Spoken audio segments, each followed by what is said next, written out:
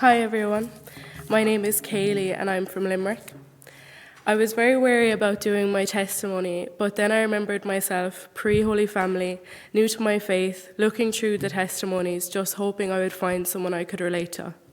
So I pray that maybe I could be that person for one of you.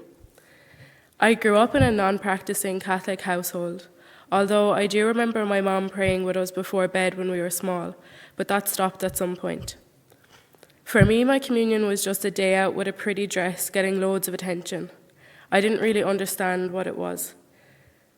I was always very shy in primary school and would have a tough time fitting in as we weren't from that area.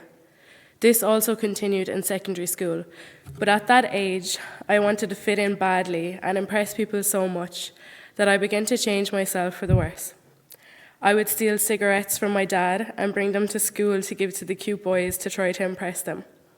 I really wanted to be approved of. I didn't go out often, but when I did, I would drink a lot, sometimes until I blacked out. There's nothing I'm really proud of. I can specifically remember being around 16, having an argument with my mom and telling her I didn't believe in God because of various bad things that he had let happen. I got used to the mindset that life was tough and was always going to be tough, so to get used to it. After some time, I began to revert back to my quiet self and calm down again when I was in 5th and 6th year. I quickly went on into the working world after school and became self-reliant. Between the ages of 19 and 21, I was very open to spirituality and had family members who were big into it and would encourage me a lot with psychics, Reiki, and fortune telling. I was also living with my boyfriend who was anti-God, and we had quite a toxic and manipulative relationship for a year. That definitely pushed me further down the alternative spirituality track, as I desperately sought answers and ways to leave that relationship and turned to different ways and people to do so. I wasn't in a good place mentally at this time and was very low, so I started to reach out to God and hope that he would hear me. I believed there was something greater than me out there and began to pray. Then this changed to me solely focusing on God. I began to realize how wrongly I was living, and I wanted to change for the better. I definitely had somewhat of an interior conversion. For the first few months coming back into my faith, I was very hot and cold. I would always wander off back to my old ways. But I then started to have different experiences where I would feel like Jesus was calling me back to him. Like going to talks and feeling the Lord was speaking to me through them.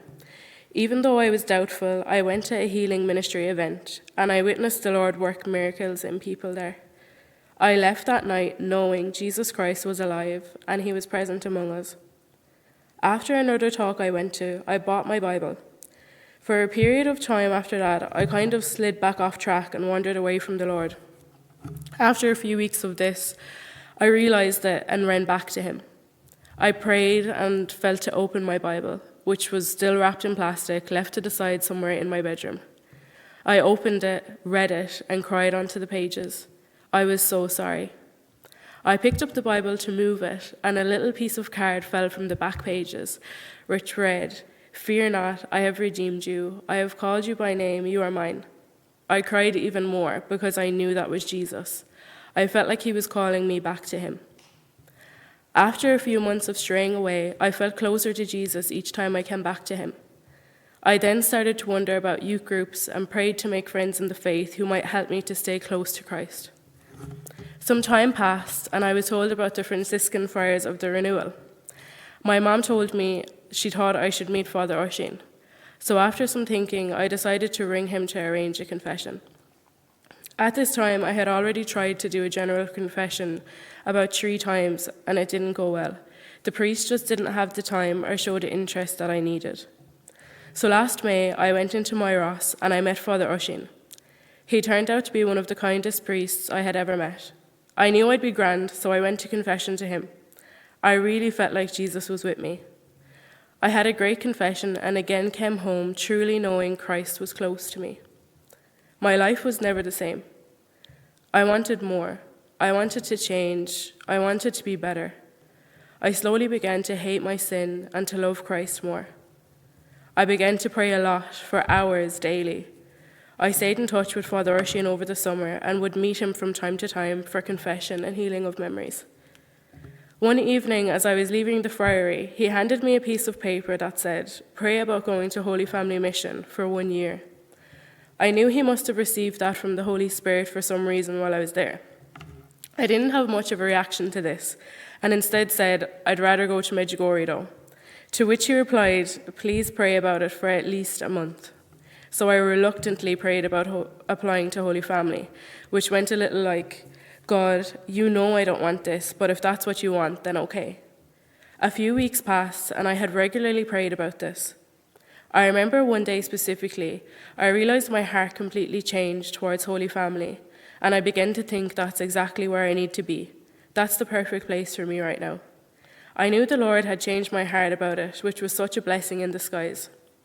After some long talks with my mom, I worked up the courage to ring Holy Family to get an application form. So after a few days, I heard back from Holy Family and had my interviews. Now, almost a year later, here I am sharing with you. Holy Family Mission has been such a life-changing experience for me, and I'm so sure I'll put everything that I learned here to good use in the future as I follow the Lord's path for me. Some things that I've learned so far that I think are worth sharing are, as humans, we all have a God-sized hole in our heart that nothing else will fill. God has a you-sized hole waiting in heaven, which you can get to. I also learned that Jesus is the way, the truth, and the life. When you follow the way, it leads you to truth. That truth gives you new life. I know that the truth sets you free. Jesus sets you free.